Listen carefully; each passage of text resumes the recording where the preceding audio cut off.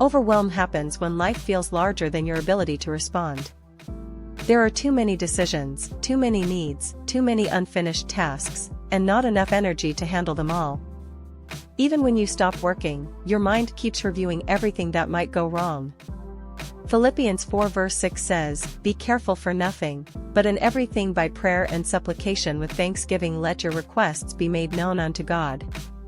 In the KJV, "be careful for nothing" does not mean be irresponsible. It means do not be consumed by anxious care. Do not allow worry to take over the whole inner life. That instruction can sound impossible when your circumstances are genuinely stressful. The bills are real. The deadline is real. The medical concern is real. The family conflict is real. Scripture is not telling you to pretend there is no pressure. Instead, the verse gives pressure a destination. It says, "In everything bring your requests to God." Not after you have organized the perfect prayer. Not only when the problem becomes serious enough. Every burden can be spoken in His presence. The word supplication means an earnest request for help. It is prayer that admits limitation. It says, "Lord, I do not have enough wisdom, strength, time, or control for this situation. I need you." That admission is not defeat. It is honesty. Stress often tells you that everything must be solved immediately. It takes 10 separate problems and merges them into one enormous feeling of doom. You may not even know where to begin because your mind is trying to begin everywhere at once. Prayer helps separate the burden into honest requests. Instead of saying, "Everything is falling apart," you can say, "Lord, give me wisdom for this conversation. Provide what is needed for this bill. Help me finish today's work. Give me patience with this person. Protect my mind from fear about tomorrow." This does not make prayer a productivity technique. Prayer is relationship. You are bringing the real weight of your life to a Father who hears you. Paul also says to pray with thanksgiving. Gratitude is not pretending stress is pleasant.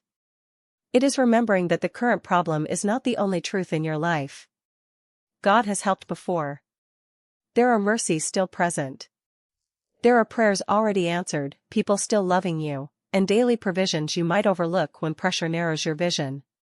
Modern life makes overwhelm easy. Notifications interrupt attention. Work follows us home. News arrives constantly. Comparison creates artificial deadlines. We see everyone else's achievements and assume we are behind. But not everything that feels urgent is important.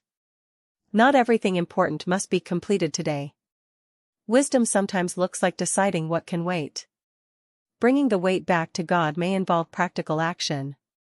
Write down the tasks instead of carrying them mentally. Choose the next necessary step. Ask someone for help. Turn off unnecessary alerts. Rest before exhaustion decides for you. Speak with a counselor, pastor, doctor, or trusted friend if stress is harming your health. Faith does not eliminate planning. It changes what planning rests upon. You can organize your day without believing your plan controls the future. You can work diligently without making productivity your source of worth. You can care deeply without accepting responsibility for every outcome. God is not overwhelmed by what overwhelms you. He sees the whole situation without confusion. He knows what must happen now, what can happen later, and what never belonged on your shoulders at all. Maybe you cannot solve the whole problem today. You can still pray today. You can still take one faithful step. You can still release tomorrow until it becomes the day God has actually given you. The takeaway: overwhelm begins to shrink when every burden becomes a prayer and the next step becomes enough.